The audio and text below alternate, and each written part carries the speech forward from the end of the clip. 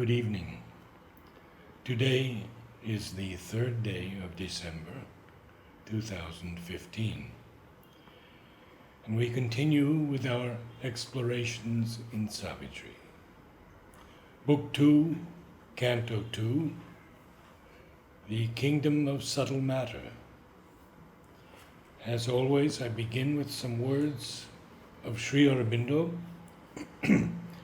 on Savitri.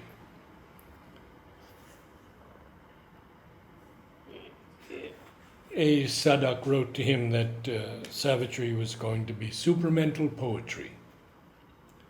And he writes back, "Don't make prophecies. How do you know that Savitri is or is going to be supramental poetry? It is not, in fact.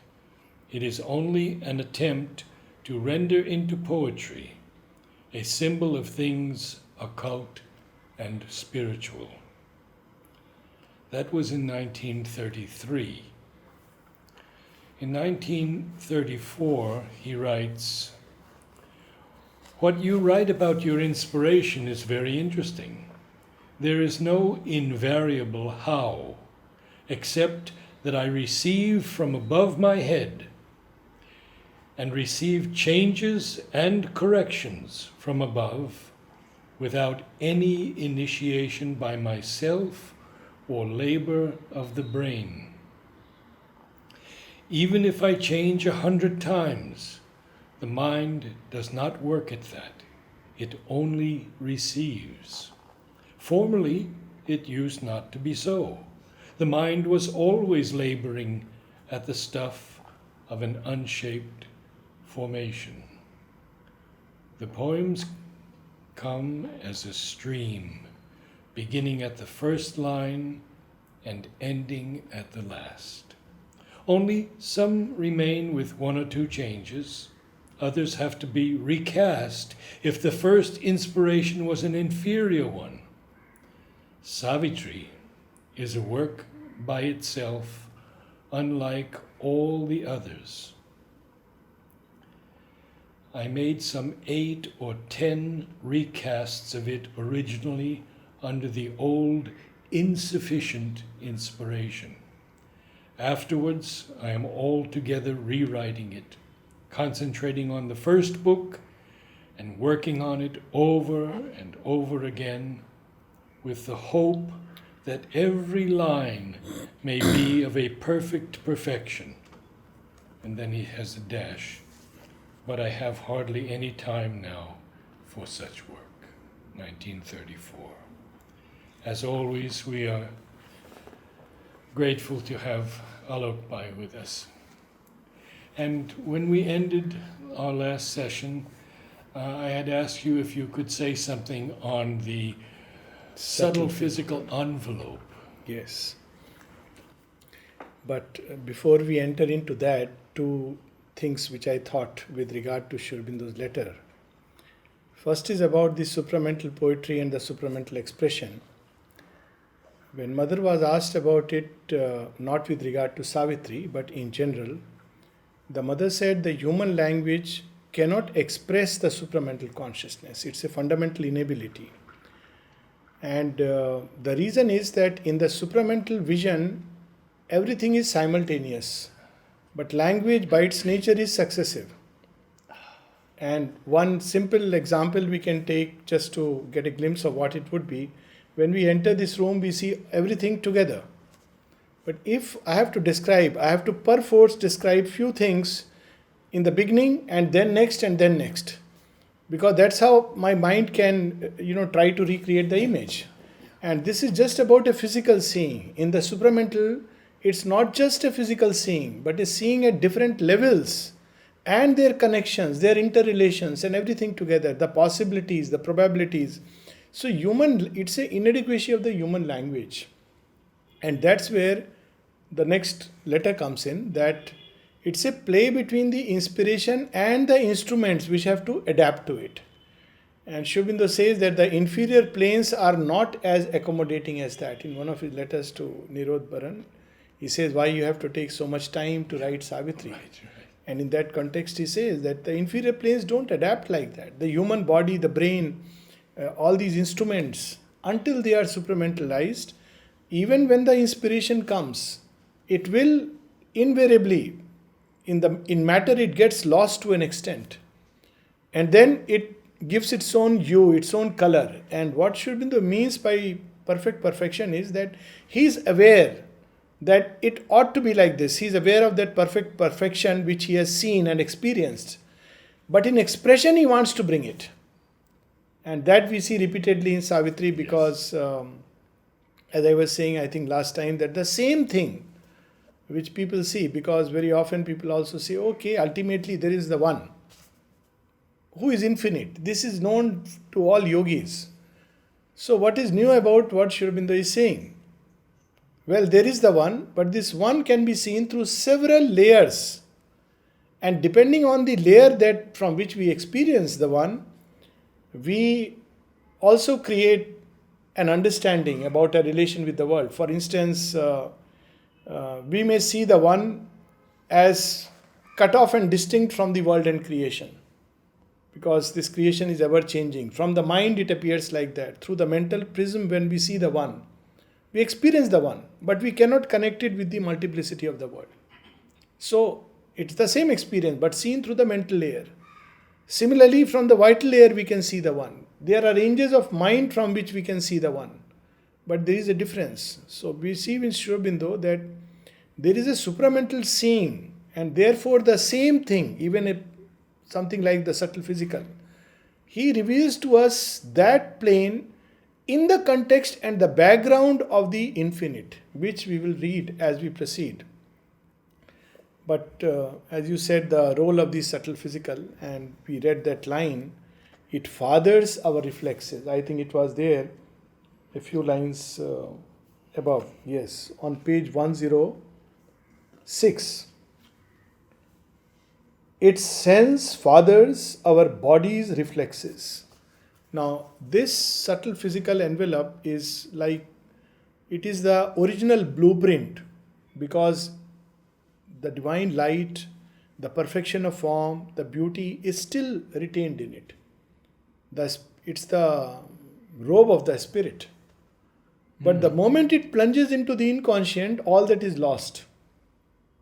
And then, because the memory is there, this too we'll read, it tries to reword and recreate a document. It's like a document which is handed over to someone in all its pristine purity.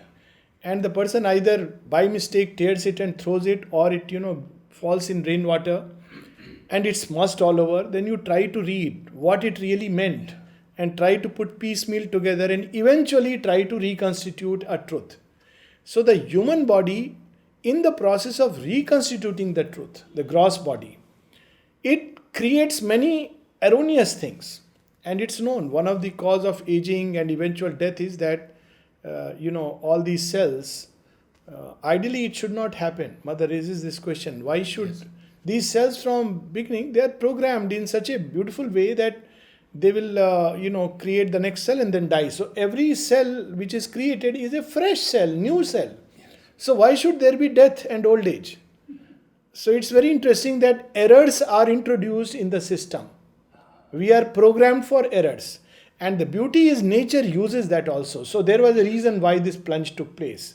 But yet there is a poise in the physical which is an error-free poise, the original blueprint. And it can always impose itself and correct the physical ailments. So this is one part. Second is that this subtle physical, all illnesses that come, or all forces actually, before they come, they touch through this layer, which, one can experience. One doesn't have to be really a yogi to experience it. Just a little more sensitive and refined, and one can experience this layer within oneself and others. It is what, is very often the cause of affinities, that, certain people just rub onto you. And with certain people, there is a kind of drawing together because this envelope matches. Now, this envelope is formed on one side by the thoughts and psychological condition, and on the other side by the physical constitution of matter. Take an example, if we are very tired, we may be very fine people and thoughts may be very beautiful, But when we are tired, the physical element which constitutes the subtle physical is not enough. The energy of the physical, the fire of the gross physical. So as a result, there are holes in it, and during that time, illness can invade us. So that's why the famous thing that if we are tired and feel exhausted, take rest. It's a very good advice because this envelope has to restore itself. It takes some time. On the other side, if the psychological condition is bad, and even though physically everything is fine, yet we may fall ill because again we have developed this punctured holes in it.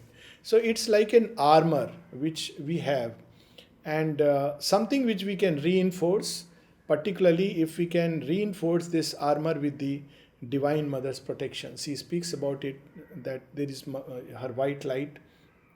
She says it can protect you against everything. Nothing can touch it. But some people had the penchant of even going out of that protection. So she speaks of that while I am protecting you all the time, don't deliberately go out of it. So otherwise, this subtle physical is enough to lead us through many things in life. So the divine has equipped us in many ways against the storms and turbulences of life. We are not as helpless as we believe ourselves to be. But probably we choose to be, probably we take a wrong attitude, a different turn, and that creates the problem. It's a vast subject, maybe, I am resisting the temptation to go into it. It'll take us into various aspects of the body consciousness, and it will come subsequently. But these next pages are Yes, so beautiful. And this is the beauty, that Aurobindo, when he is speaking of subtle physical, he opens the door to the infinite. Yes. There is somewhere in the agenda, one of the note of the mother, we have windows opening to the infinite. But most human beings manage to keep them shut. So look how Aurobindo uses this as a window to take us to something so profound. Thus taken was God's plunge into the night. So came up to subtle physical. We read that everything is beautiful, and then there is an attraction into the inconscient. What is that? And there is a plunge. Thus taken was God's plunge. And we have seen that many times in Savitri. Yes, many times. The divine holocaust. Yes. And then he will also reveal to us why. What was the deeper purpose? So that comes at different places.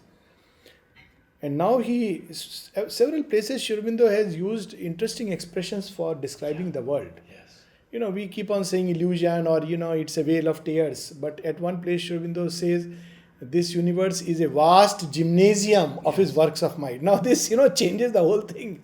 Like, we are at another place, it's a puzzle. Yeah. But here he uses a wonderful word. This fallen world became a nurse of souls. A nurse of souls. Its task is to nurse us, train us, to equip us, inhabited by concealed divinity. So just as children go to a nursery, or plants are kept in a nursery, but there is the possibility of a blooming rose and huge trees, but they have to be initially dealt with in a different way. Yes. Thus they will grow. So this world gives us the experiences which act as feeder for this efflorescence. So it's a nurse of souls, where who dwells in this world? Concealed divinity. So how marvelous this expression is. A being woke and lived in the meaningless void. Now, again, like Aurobindo is not saying it's a meaningless void, but as it appears to us, it's a meaningless void. A being woke and lived in the meaningless void. A worldwide nescience strove towards life and thought. A consciousness plugged out from mindless sleep. The sleep of matter, from which consciousness wakes up, is awakened, aroused. There is another line, arousing consciousness in things inert. Yes. So there are various mechanisms in this world by which consciousness is aroused. And one of them, of course, is unfortunately pain. It awakens consciousness in things which are dull and stone-like. So consciousness plugged out. All here is driven by an insentient will. Thus fallen, inconscient, frustrate, dense, inert, sunk into inanimate and torpid drowse, earth lay, a drudge of sleep, forced to create by a subconscious yearning memory. How beautiful it is that on one side, everything, the very supreme will, has entered into a state of mechanical responses in the subconscious darkness. And yet, even through that mechanical responses, even in that darkness, there is still a memory which doesn't die. The other day we were speaking about the memory of everyday life, which becomes like a ghost in our heads. But the memory of the divine contact, in whatever way one has experienced, is enough to sustain one throughout one's life.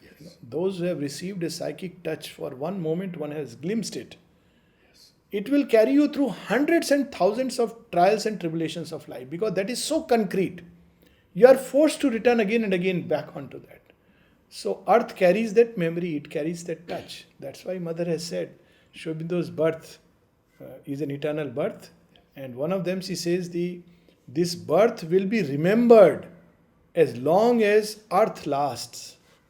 This birth will be remembered. It will be imprinted.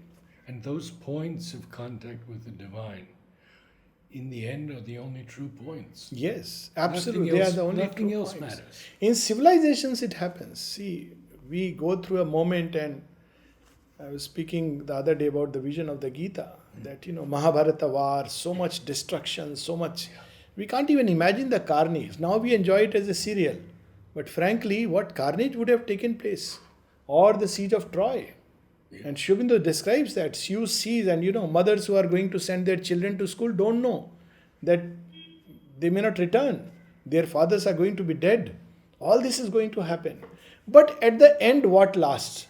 So it is the great vision on the battlefield of Kurukshetra and the message of the Gita. So ultimately, in civilizations also, it is these points where it heaved towards the light and felt a contact. And in individual life also, those moments. And that one carries. So it's a memory which cannot be destroyed. And it will return back again and again, because it's not embedded in matter. It's in a certain state of consciousness which is indestructible. And this line, left from a happiness dead before she was born. Yes, it's a marvelous line. Left from a happiness. So where is this memory come from? This happiness, as God was coming closer and closer. Yes. Even in the subtle physical, there is beauty of form, and all this is there. But before it could touch ground, it vanishes. It's coming, but it vanishes. But the memory is there. One has seen it, experienced it, felt it. And that lingers. It leaves its trace. It's a very powerful thing, even about very often people say this in context of Mother and Sri Aurobindo. Oh, now they are not there. Now, of course, to the experiencing consciousness, they are there. But not leave aside that. The fact that the divine touches the earth, it stirs certain things in motion, and whether we like it or not, we will eventually awaken and reach that point which is intended. Because that will has gone into matter. It's not about physically they are present or not present. That can be left to each one's inner experience. But that will which has gone into matter, that is bound to bounce back and eventually bring its results. Now, who will become open and recipient to that will is a different matter. And then Sri Aurobindo gives such beautiful example. An alien wonder on her senseless breast. This mire must harbor the orchid and the rose. Here is an example. Those who doubt transformation, here is an example. If orchid and rose and lotus can bloom in the mud and mire, human beings are not that bad. Surely the supramental is very much in the offing. What a marvelous, people say Sri Aurobindo is very philosophical. Look at the practicality of it. That this mud must harbor, this mire must harbor the orchid and the rose. So obviously there is some beauty hidden. We don't know it. And that beauty springs forth, takes form. From her blind, unwilling substance must emerge a beauty that belongs to happier spheres. there is this beautiful story in the Indian context of one of the avatars, nursing avatar. So the story is that, he asked his son, you say God is everywhere? Yes, he is everywhere. In this pillar? In this pillar? He says, yes, in this pillar. Are you sure? This is blind, inert, brute. Yes, yes, my Hari is there. And he says, okay, let's check it out. And he breaks open the pillar. And out emerges of that pillar the nursing, half the lion man, the avatar of, that period. So essentially, this story points to that same thing, that even in blind, unconscious things, he is present. But we need the faith and the will of a Prahlad, the psychic. He represents the psychic. So if that is there, it will be compelled to emerge. In any case, that compulsion is there because that presence is there. This is the destiny bequeathed to her. One thing we have to be sure, that this is the destiny of earth. Yes. Million words will not eventually stifle it. It will eventually emerge. How much ever you may try to stifle it, how much ever you may try to strangulate it, you can delay it, but you cannot deny it. That's its right. And so many stories, even in Greek mythology, there are princes, even I think Perseus the deliverer. So same thing, destiny of Andromeda and Perseus. Perseus is destined to do something. And how much ever they try, even they tie Andromeda to the stake. But last minute something happens, the butcher changes his mind and and of course Perseus comes and things change. So, because that is the destiny and it will show itself. As if a slain god left a golden trust to a blind force and an imprisoned soul.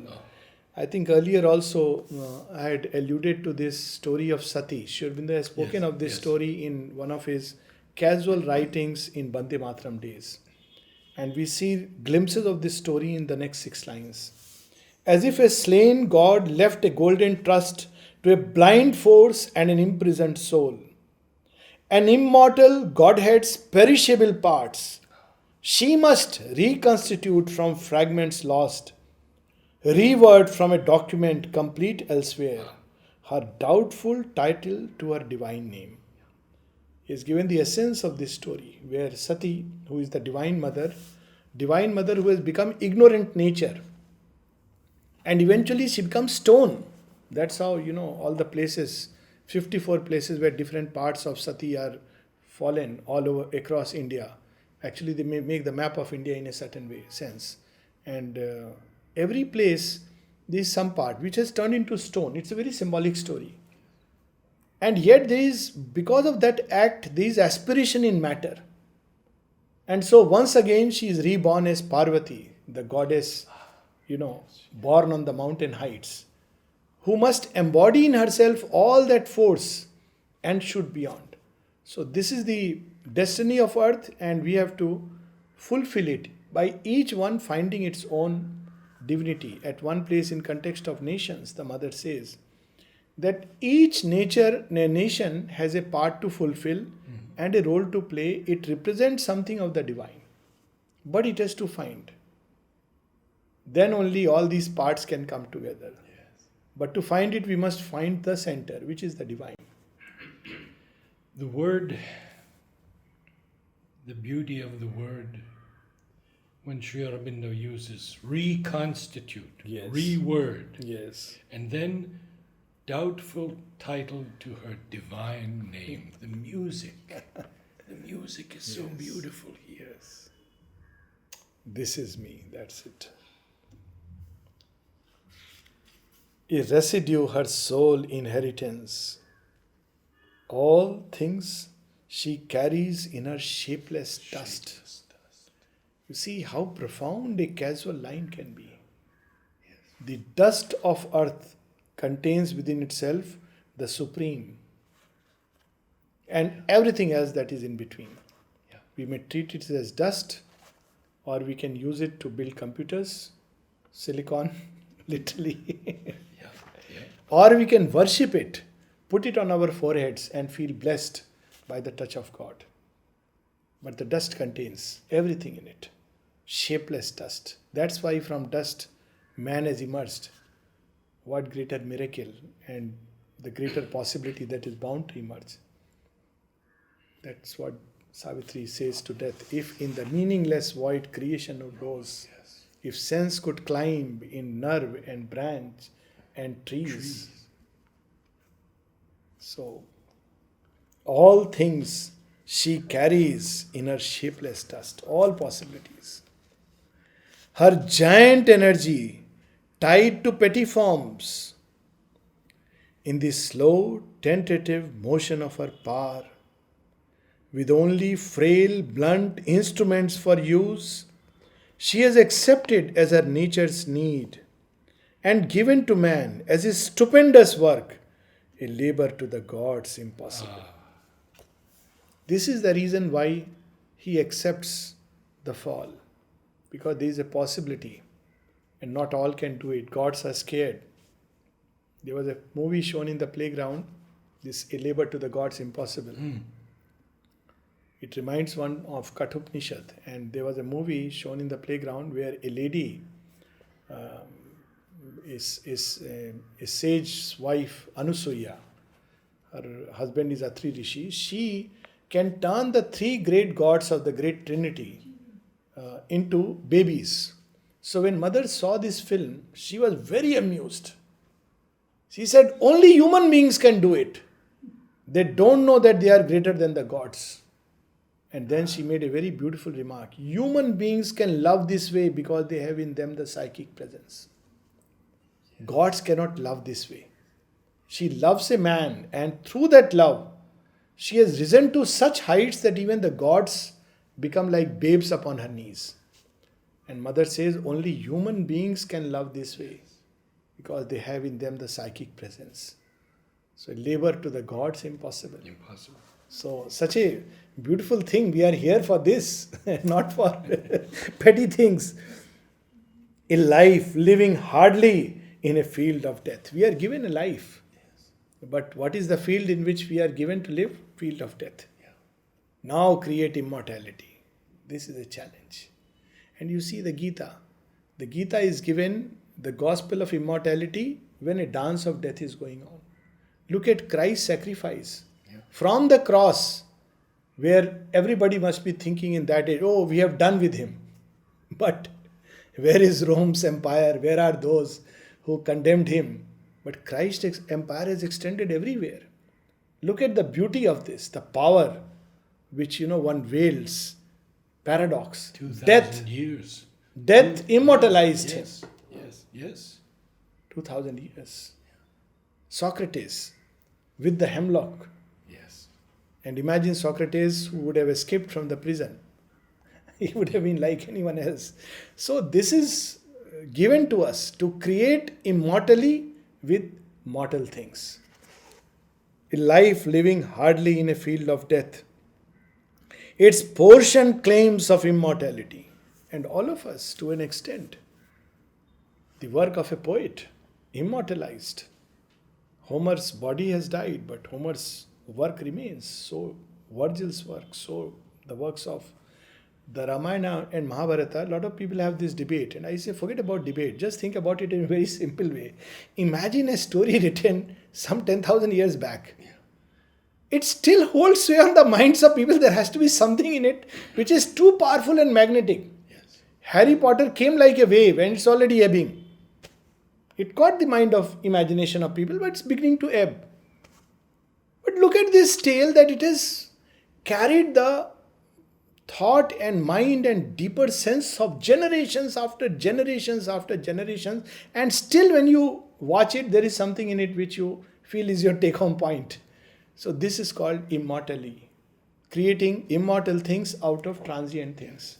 Perishable things. The paper, the pen, the ink, the human body, the brain, everything is gone.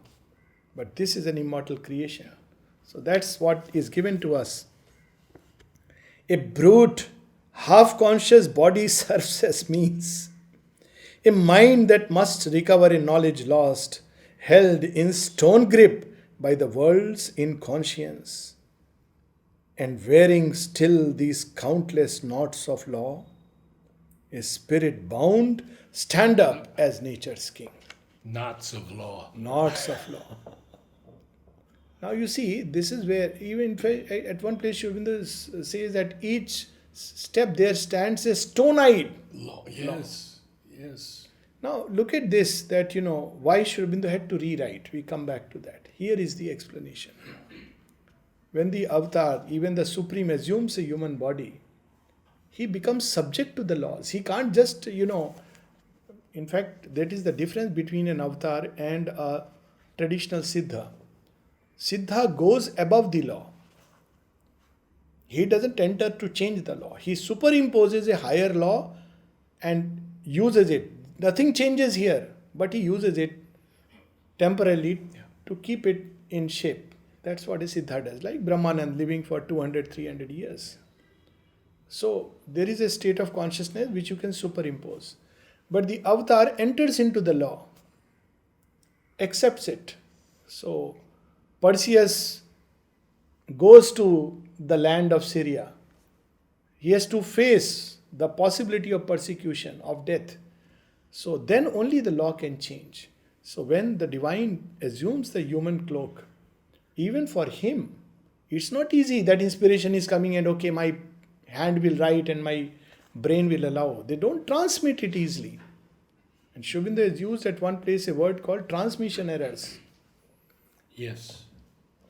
So it's not easy because they are not accommodating these parts. And Aurobindo speaks about his own body vis-a-vis mother's body and says, he said that your body is much more prepared than mine. Yeah.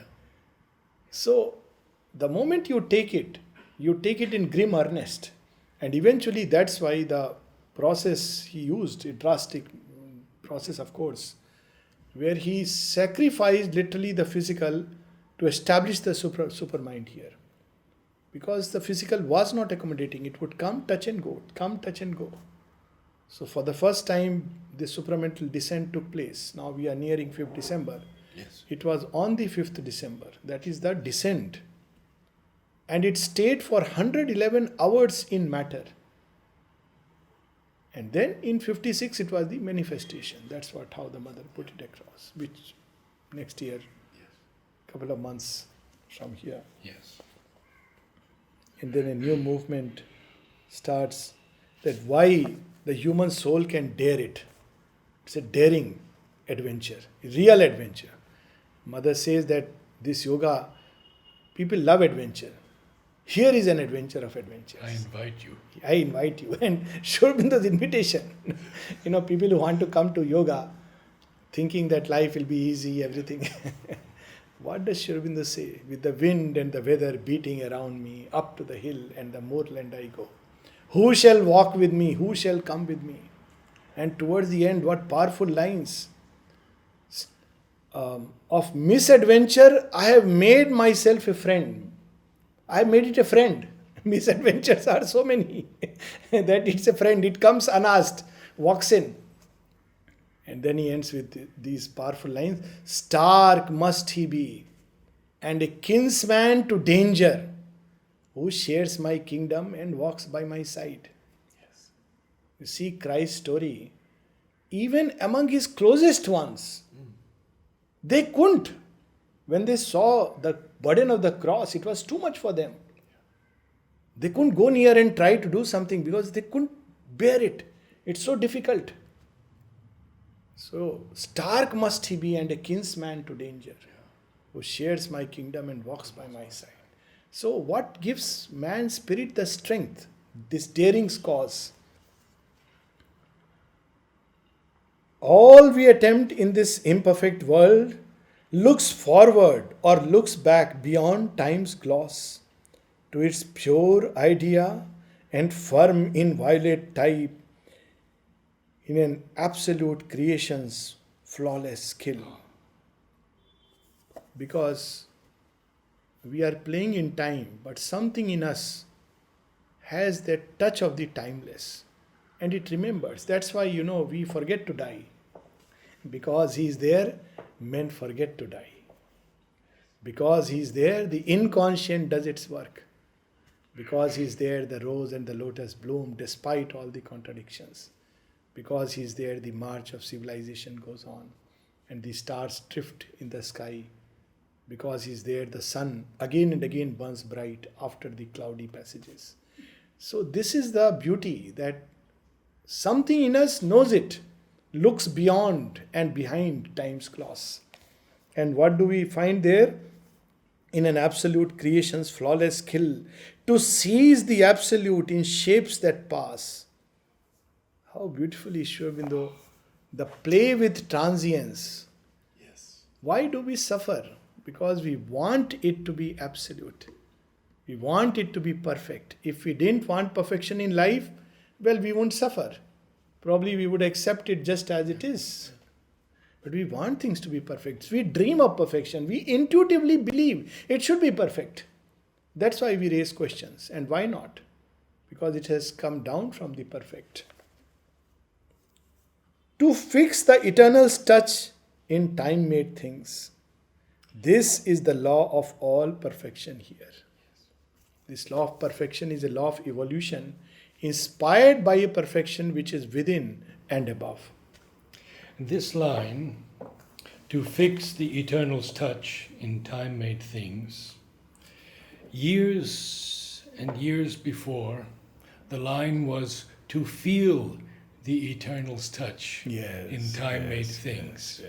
So I questioned the people in the archives, and I said, we've lived with this line, to feel the eternal's touch. And it took 3 years. And Richard brought me one day, and I had 34 questions. And he showed me how Sri Aurobindo changed and how it went along. And indeed, the last change was from feel to fix. Wow, amazing. So meaningful. To fix. It's not enough to feel. No. It should be imprinted, embossed. Yes. It should be shaped in that image. Yeah. And they have done it in many ways. The other day, I'm just sharing something very personal. Something which is a blessing packet touched by the mother. There are some blessing packets like that. And of course, it was dear friend Mandeep's birthday, and someone gave this blessing packet, and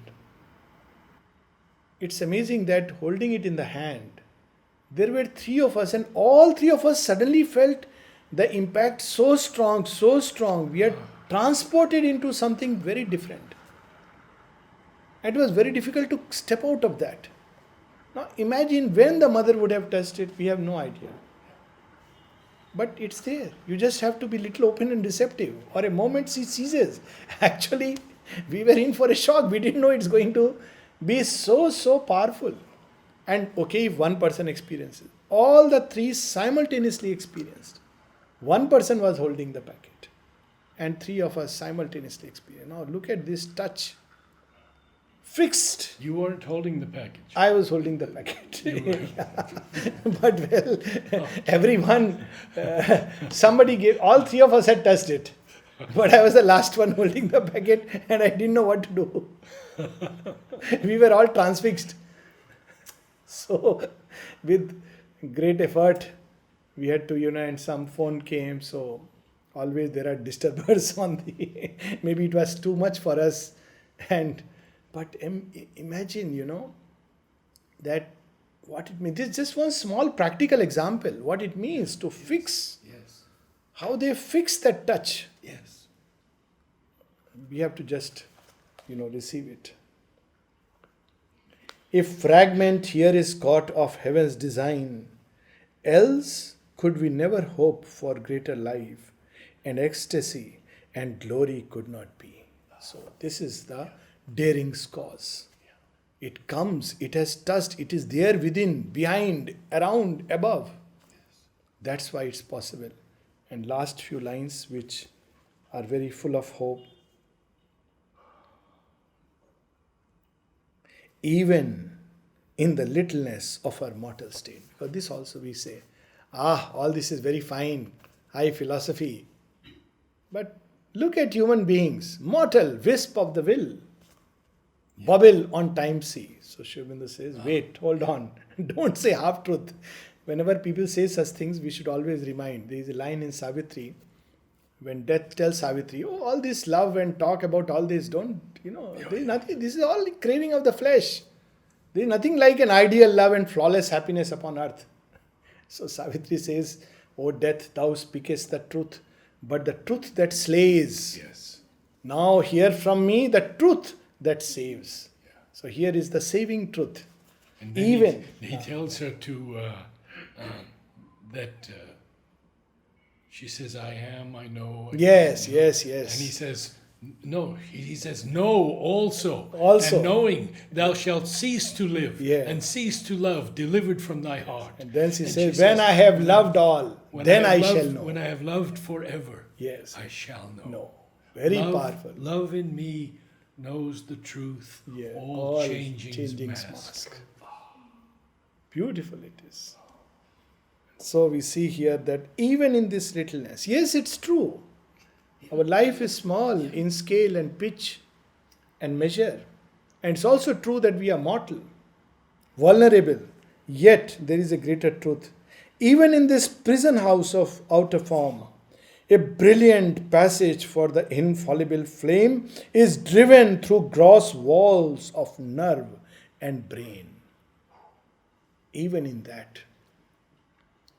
people who have, even that story of Mr. Nair, who was president of Singapore, Devan Nair, who is standing in the queue and he thought, well, nice place. What shall I tell mother when I see her? I'll tell her, good job, lady, you have done a wonderful thing. That's all. He said, I don't know, but what they say, divine and all, but yes, it's nice, good ashram, well kept, organized. Suddenly when he goes, the infallible flame must have leapt through brain and nerve and everything. And says, I forgot everything, just put my head in her lap. And that was the end of the story. She said nothing. And I forgot everything. So even in this, and this is the state of humanity, so many instances of people going to Mother and Sri Aurobindo, and suddenly, something from within leaps out. And that does it. A splendor presses or a power breaks through. Earth's great dull barrier is removed a while. The inconscient seal is lifted from our eyes and we grow vessels of creative might. In spite of all this, that is the hope. The enthusiasm of a divine surprise. This is something very beautiful. Oh, Divine surprise. And this, at least personally, at least for me, it's like encounters with Mother and Sri Aurobindo. First time when I had the secret of the Vedas in my hand, it was like a divine surprise. I was feeling uplifted above. I said, my God, wonderful. And of course, the Synthesis of Yoga. Both books I received the same day. Synthesis would become a constant companion. But the secret of the Vedas, I said, my God, this is it. How come I didn't know? What a divine surprise. Then vision of the mother, divine surprise. And then coming to Pondicherry, oh my God, this is it. And it was very interesting, just as an aside. Actually, I got down, myself and my wife, we got down at the bus stand, 3:30. We thought we'll come to the ashram. And suddenly an auto rickshaw came and said, Auroville. We didn't know the difference. We said, okay. To top it, he said, Matri Mandir. We said, surely bang on, we are at the right place. Mandir sounded very familiar. And he dropped us sure at Matri Mandir and we were wondering, where is the Mandir? Till we saw like a priest, a French man, dressed only with a knicker, running and, so you have come to something he asked us. Yes. So we were stranded on the road. He told us this is Matri Mandir and we are wondering maybe something in construction. But it was a nice feel. Auroville, you have a lovely feel. And we went to guest house and all this, came back. And then people asked us, so how was the ashram? We said, wonderful. We had no clue. And with my stupid brain, which was so much against human forms, because I believed, no, divine is everywhere in everything. You don't have to go to a guru and he is a human being. You can also, all these stupid thoughts, modern age and young man, 22, 23, all these agnostic, leaping suddenly, too much of vision. So people said, oh, very nice. So how was the dining room food now? We thought dining room food means so-and-so food. So we said, yes, very nice. Sent a guest house we were staying and everything was wonderful. Then, divine had to show me my folly. So I said, and what is the best part? That there is nothing religious about the place. Not even a samadhi of Sri Aurobindo and the mother. The person said, what? Where did you go? I said, the ashram, of course. And it was so nice. They don't even have a samadhi of Sri Aurobindo and the mother. They said, I was not ready, obviously. Then they said, surely you have. Then I discovered it was Aurobindo. But I didn't feel I missed anything. I said, it was wonderful. Till next time, circumstances made sure that I reached there. And when I saw the samadhi and put my head there, I said, my God, I missed this. And I was feeling very happy. Nothing is worth it. This is it. So this was the enthusiasm of a divine surprise.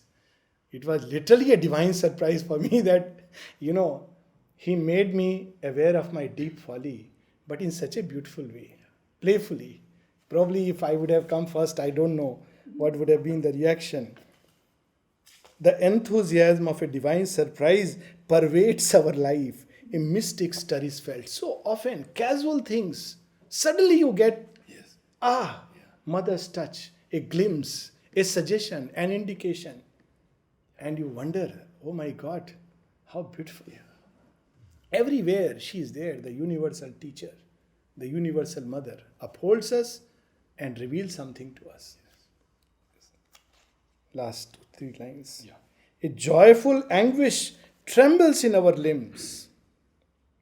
A dream of beauty dances through the heart. A thought from the eternal mind draws near. Intimations cast from the invisible, awaking from infinity sleep come down. Symbols of that which never yet was made. Sri Aurobindo capitalizes that. Yes, that. Symbols of that which never yet was was made.